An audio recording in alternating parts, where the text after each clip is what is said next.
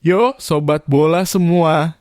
Lo lagi nonton channel paling update soal drama dunia sepak bola dan kali ini kita bahas satu topik panas yang bisa ngebelah fans Manchester United jadi dua kubu. Bruno Fernandes. Stay atau sold? Yap, lo nggak salah dengar. Kapten Manchester United yang udah jadi nyawa lini tengah selama bertahun-tahun ini lagi diincer abis-abisan sama klub sultan dari Arab Saudi Al Hilal. Dan bukan cuma sekadar minat-minatan doang, gengs mereka langsung ngelempar tawaran 100 juta pound sterling. Gokil gak tuh? Tapi, ini bukan cuma soal duit, ini bukan cuma soal transfer, ini adu kuat antara dua kekuatan besar di tubuh Manchester United sendiri. Di satu sisi ada pelatih anyar Ruben Amorim yang lagi semangat-semangatnya bangun tim. Di sisi lain ada investor baru INEOS dan Sir Jim Ratcliffe yang pegang kendali finansial klub. Si Ruben Amorim ini gak asal dateng bro. Dia pelatih muda yang udah buktiin diri di Sporting CP dan punya visi kuat buat bikin MU bangkit. Buat Amorim, Bruno Fernandes adalah kunci. Dia bukan cuma pemain penting, tapi juga kapten panutan, pemimpin dan jujur aja satu dari sedikit pemain yang benar-benar punya mentalitas juara di MU sekarang. Amorim bilang Bruno gak kemana-mana. Dia bagian dari rencana gue. Tapi INEOS punya cara pikir sendiri. Buat mereka 100 juta pounds itu bukan tawaran yang bisa diremehin. Duit segede itu bisa dipakai buat beli 34 pemain muda potensial atau nambah amunisi di semua lini. Dan kalau kita lihat performa Bruno musim lalu jujur aja, banyak fans juga mulai goyah. Kadang dia overplay emosian dan kurang efektif di beberapa pertandingan besar. Nah, sekarang gue lempar ke lo semua. Lo tim yang mana nih? Tim pertahankan Bruno karena dia satu-satunya pemain yang masih punya fighting spirit dan visi di lapangan. Atau tim jual aja lah karena ini kesempatan emas buat bangun ulang tim dari awal. Coba tulis di kolom komentar sekarang juga gue hashtag Team Bruno atau gue hashtag TM10 juta, gue pengen baca semua pendapat lo. Tapi jangan salah, gengs keputusan ini lebih dari sekadar jual atau enggak. Ini juga nunjukin siapa yang punya suara terbesar di Old Trafford sekarang, apakah Ruben Amorim sebagai pelatih atau INEOS sebagai pemegang kendali dana dan arah klub. Ini bukan cuma transfer, ini perang pengaruh. Jadi akankah Bruno Fernandes tetap pakai ban kapten di musim depan? Atau dia bakal jadi tambahan pemain bintang di Liga Arab bersama Neymar dan Benzema? Satu hal yang pasti, cerita ini belum kelar. Dan kita semua akan jadi saksinya.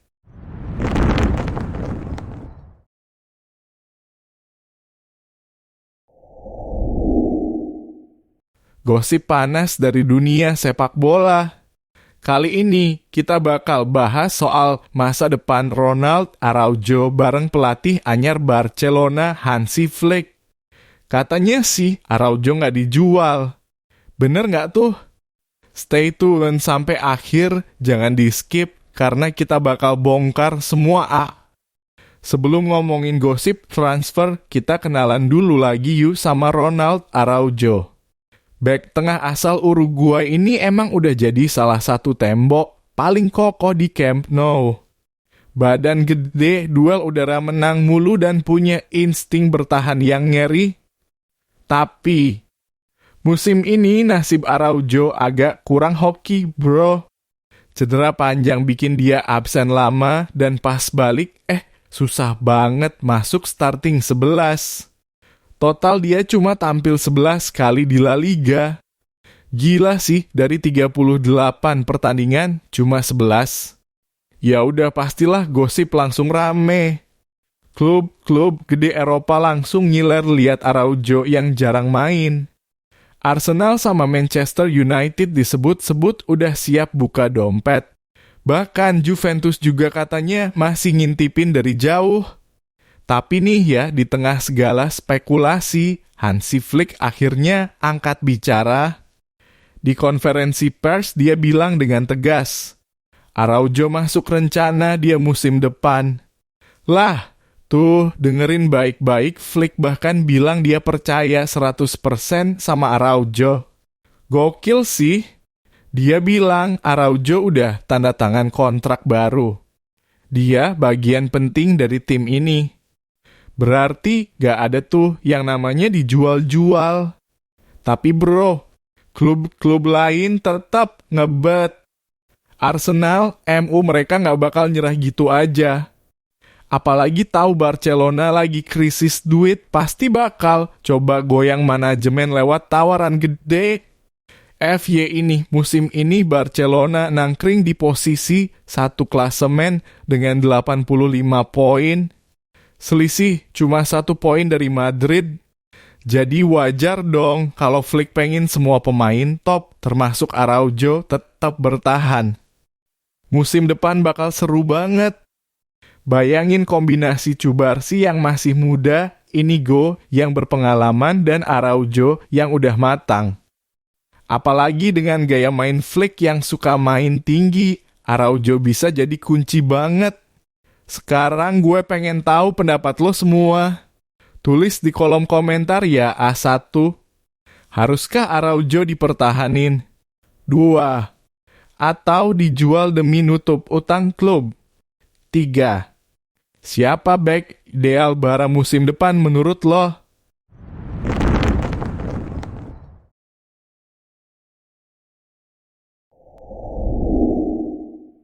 AC Milan.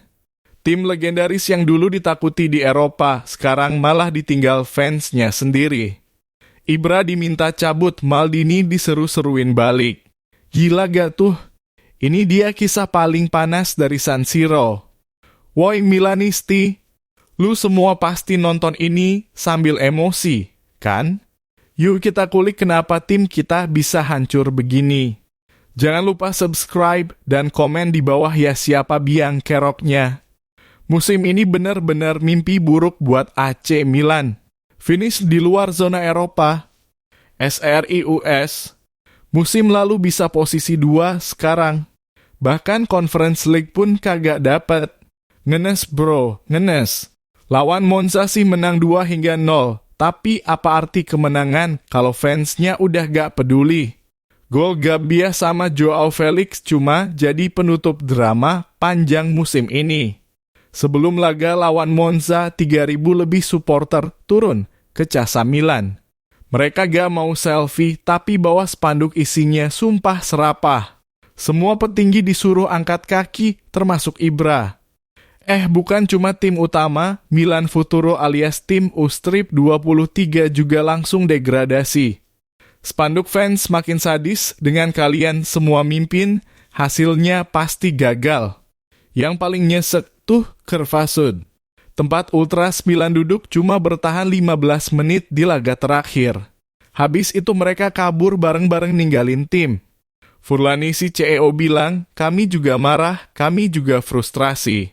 Tapi ya fans gak cuma butuh omongan manis bro, mereka pengen bukti. Di tengah kekacauan ini, satu nama justru diserukan fans, PAOLOMALDINI. Dia udah dipecat, tapi fans ngerasa Milan kehilangan jiwanya sejak itu. Milan tanpa identitas tuh kayak pizza tanpa keju. Gak ada rasa. Butuh figur yang ngerti DNA klub, yang ngerti cara bangkit. Maldini bisa jadi jawabannya. Bro dan sis Milanisti, sekarang gua mau denger suara lo semua. Komen di bawah ya, siapa yang harus out dari manajemen Milan? Balikin Maldini, setuju apa enggak? Apa langkah pertama buat selamatin Milan? Musim ini emang kelam, tapi semoga jadi pelajaran. Milan butuh bersih-bersih, gak bisa cuma evaluasi.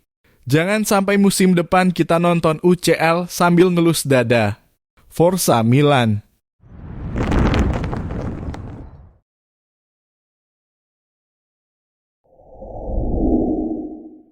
Yo, Madridista dan pecinta bola sejati.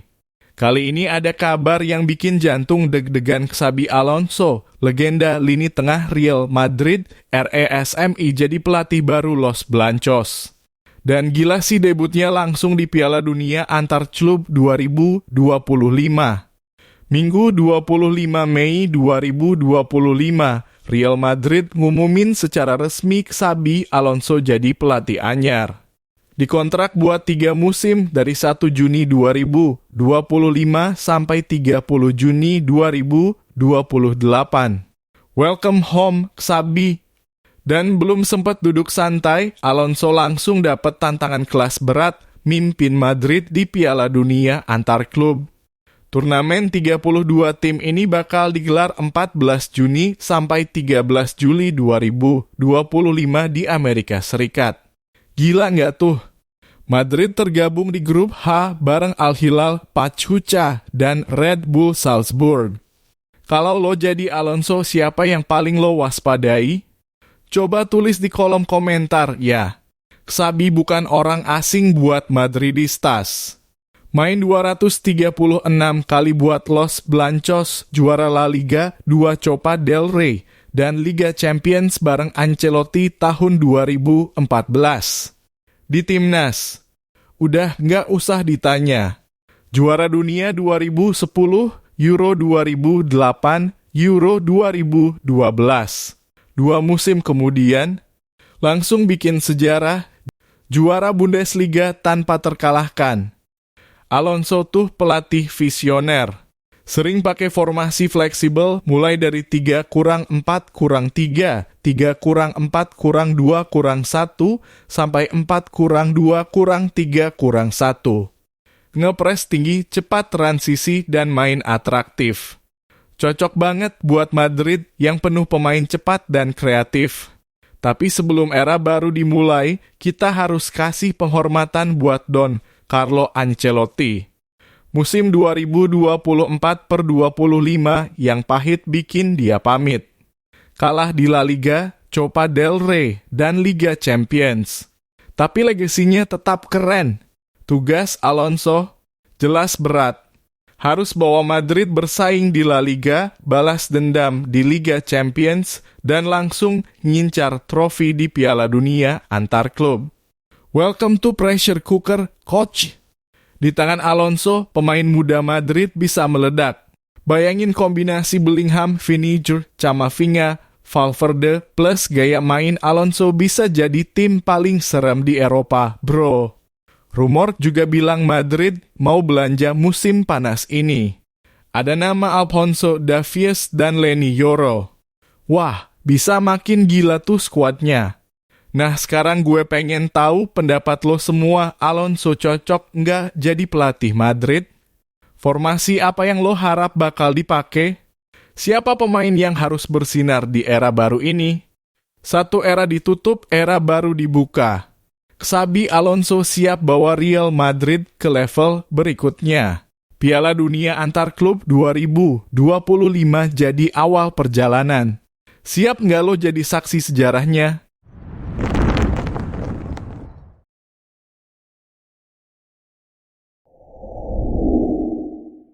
Kali ini kita bakal bahas siapa aja sih 5 tim dari Liga Inggris yang lolos ke Liga Champions musim depan. Siapa yang jadi juara? Siapa yang ngebut dari belakang? Dan siapa yang sukses bikin kejutan? Tonton sampai habis karena di akhir video kita bakal ajak lo polling juga. Seru banget coy. Mulai dari sang juara dulu nih, Liverpool. The Reds akhirnya balik lagi ke takhta tertinggi Premier League.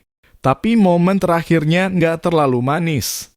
Main imbang 1-1 lawan Crystal Palace, main 10 orang pula gara-gara Ryan Gravenberch di kartu merah. Untung ada Mo Salah yang nyelamatin muka. Arsenal? Waduh, Gunners lagi-lagi harus puas di posisi 2. Walaupun menang dramatis 2-1 lawan Southampton lewat gol cantik dari Odegaard di menit akhir, tapi tetap gagal nyusul Liverpool di puncak. Dikit lagi lanjut ke Man City. Meskipun gak juara musim ini, tapi mereka tetap City-nya Pep Guardiola yang stabil dan berkelas. Ilkay Gundogan nyetak gol salto, Haaland nyusul dari titik penalti. 2-0 lawan Fulham dan City mantap di posisi ketiga. Tim yang bikin fansnya baper musim lalu sekarang bangkit. Chelsea akhirnya balik ke Liga Champions, bro. Posisi 4 dan ini adalah kerja keras Pochettino plus skuad muda berbakat kayak Palmer, Enzo, dan Mudryk. Newcastle. Yes, tim yang dulu sempat jadi mediocre sekarang berhasil dapat tiket Liga Champions lagi. Eddie Howe emang jenius. Isaac Gordon dan Bruno Guimaraes bikin permainan mereka naik level. Gokil, cuy! Nah, meskipun gak dapat tiket UCL, Aston Villa tetap harus dikasih kredit. Di bawah asuhan Unai Emery, mereka sukses finish di posisi 6 dan lolos ke Liga Eropa musim depan. Respect buat The Villains. Menurut lo, dari 5 tim Inggris yang bakal main di UCL musim depan, siapa yang paling kuat dan bakal melaju paling jauh? Vote ya.